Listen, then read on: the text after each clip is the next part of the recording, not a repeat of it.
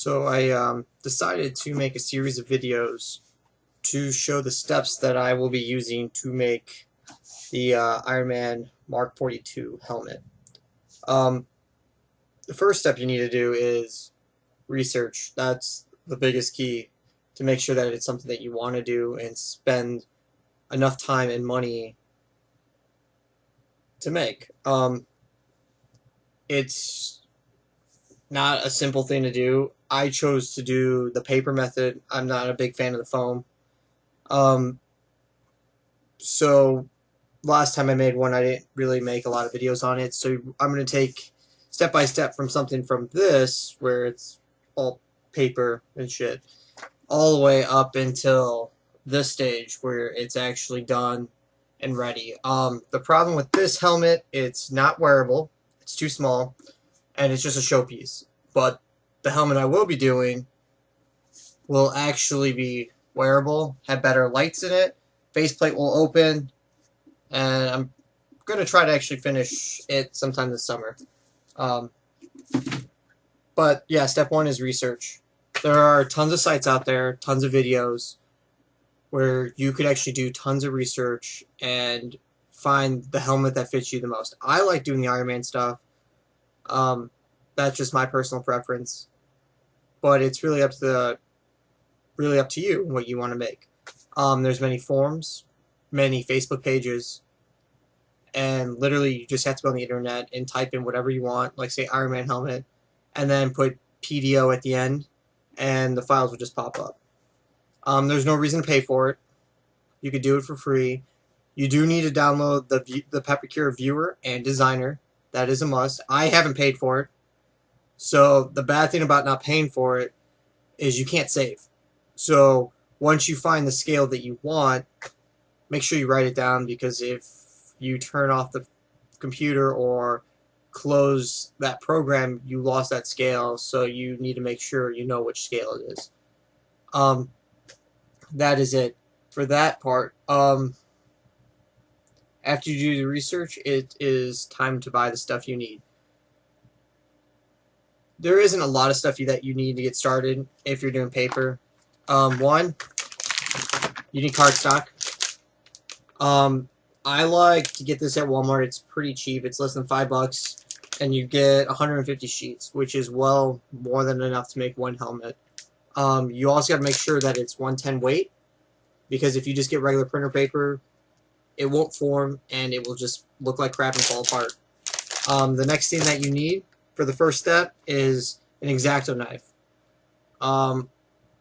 You could get these anywhere from Walmart, Michaels, Hobby Lobby, even Walgreens. So they're not that expensive. The paper is going to run you around somewhere between $2 and $5, and the X-Acto knife should be about $5. You could use a ruler. I don't use a ruler. If you have a steady hand, you really don't need this. So it's really up to you. The glue, I do not use this crap. It will not really work, and it will soak into your paper and make it wet, and it's not really usable. I prefer a hot glue gun with hot glue. That's my preference, but if you mess up, it's very hard to fix that. You try ripping it up, it's going to tear it, and you can lose up to a couple hours on one mistake. So you pretty much have to be dead on with using a hot glue gun. The next one is super glue. I don't use super glue. You could use super glue. It doesn't really matter. It's your preference. Super glue is way better than the Elmer's glue. In the further steps, I will be using the Elmer's glue, but I'll be using the spray glue, not the liquid glue. I also don't use glue sticks. I just use the hot glue sticks, and that's pretty much it. The next thing that you could use, which you don't need, but I only spent a couple bucks, especially if you use that coupon from Hobby Lobby for that 40% off, is a cutting mat. I spent, I think, $2 less than that on this, especially with the 40% off. And also, with the 40% off, you could use that towards the X-Acto knife, hot glue gun, whatever. So, if there is a Hobby Lobby by you, use those coupons, and they're free. And really, just go use it, buy a thing, go back, buy another thing. So, that's really all you need for the first step. I'm not going to show you how to cut it. I mean, there's different folds, there's different ways to do it. I don't use an X-Acto knife to cut my pieces out. I only use it to go along the folds, and it makes it a lot easier. That's what I do. I prefer buying scissors like these. If you have a steady hand, why not? It saves a lot of money on the blades. The X-Acto knife, because the blades are not cheap. So all I do is cut around the template with the scissors, and then you have two different kind of lines. You got the dotted lines, and then you got the dashed lines. Which, let's see if you can see. Let's see if it focuses. Maybe. The dashed lines are the lines that you want to fold inward. The dash dot dash, you want to fold outward. So it's like hills and mountains and shit like that. What I like to do, even with like the dash dot dash lines, I will bend them down to start that line, that crease, and then I'll lift them back up and bend them the other way. That is just what I like to do. There's different techniques, different ways you could do it. It doesn't really matter. The hardest part about it when starting is scaling, because it's not in inches. I like to use Google to fix the scale. That's my preference. It's a lot of trial and error. There are different techniques you could do. I've done a lot. I've measured my head. The bad thing with the measurements, you either can measure it from ear to ear or pretty much from chin to the top of the head, because you can't do both. So you kind of have to guess on that. There's different techniques. There's different people that show you different things. One of the best ones that I've seen is literally put your head in a door and close it a little bit and have your ear facing the wall and having the other ear with the door. And when you close it, slowly take your head out from that hole, grab a ruler and measure it, and then convert it to what you need. And that will pretty much get you what you need, and that's what I've found the easiest way. If you don't like that, you can guess, but instead of printing out all that paper and wasting it, just go around the neckline. If it fits your neck really well, then most likely it will fit the rest of your head. So there's different techniques. Like, even with me, I'm not perfect. I watched tons of videos. I've got different techniques from other people. There are tons out there. There are tons of tutorials, step by step, how to do it. So find the best one for you and just go for it. I mean, the best thing to do is just try it. And if it doesn't work, try again. I mean, I probably threw away so many different helmets, especially with this guy. This was probably my third attempt to actually build it before I actually fiberglassed it, and it came out pretty well. I didn't have to scale it, and I mean, it's a good piece. It's a good nightlight for a kid. But then I made a new one after cutting it, and I made this one. This one, the lines are more tighter.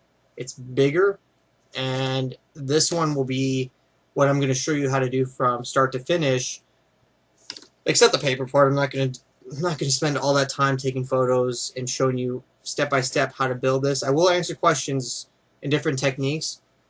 This helmet is a 3-part helmet.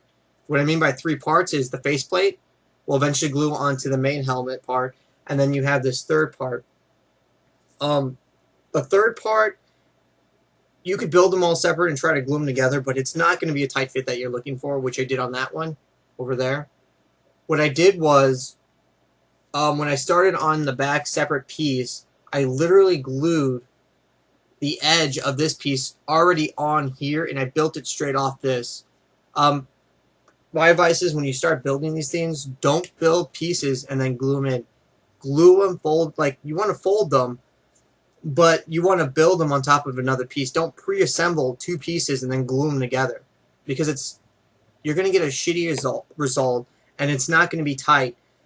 And also, what I've learned is, even though you're going to Bondo it, make it as perfect as you can in the paper stage, because if you don't, you're going to spend a lot more time, a lot more effort, a lot more money on Bondoing, because that stuff's not cheap. The sandpaper is not cheap. Well, sandpaper's cheap, but your time is not cheap. There's other things you could be doing, faster things. Don't cake the stuff on. Just do it right the first time on the paper. Even if it takes 2 or 3 helmets, don't get discouraged. And do it the right way the first time. before you resin, before you Bondo. It will save you tons of time, tons of weight, because the helmet will weigh a ton. And just do it. I mean, just get your hands dirty and just do it. So, I mean, that's pretty much it for the first video. Right now with me in Indiana, the temperature is warm enough to resin, because do it outside, but it's windy. And from past experiences, when you're resining it and it hardens, and if the wind blows it on the concrete, it will crack and it could break. And all that time and effort you spent, gone because of the wind. So the temperature is very important. The wind is very important. So hopefully by tomorrow, I will start resining it. The paper stays cheap. Altogether, glue stick, paper, mat, less than $20 to build it. The resin, it's a little more pricey. Don't go to a card place. Don't. The cheapest I found is Walmart. It is, I think, $16 for a can of it, and make sure it comes with the hardener, because if it doesn't, then you're tough out of luck because you need it, and you're gonna have to go buy it for like $3 more when it should come with it. But you gotta do that outside, and I can't do that right now. When I get to that stage, I will explain more, show you the things that you need to buy, or if you already have it around the house, and I will go on from there. If there's any questions, anyone needs help, don't be afraid to ask. I will easily respond in a timely fashion. I also have a Facebook, so if anyone wants that, it's sometimes easier to get me on that than it is on YouTube, because sometimes I won't see the comments for at least 2 weeks to a month. And Facebook, you could easily add me, instant message me if you have any comments or questions or concerns. Like I said, I built one. I've seen the difficulties with one. So I know this time around it's going to be a lot better. So yeah, I'm just done with the first video, and hopefully video 2 will come either at the end of this week or early next week, and I will definitely record everything, or at least make a video about the steps that I've done from start to finish, even though the past couple videos I have not finished really anything or videotaped it because I was in a rush and I wanted to get it done. So yeah, just leave a comment below, and I'll try to get back to you. So until video 2, I'll see you all later.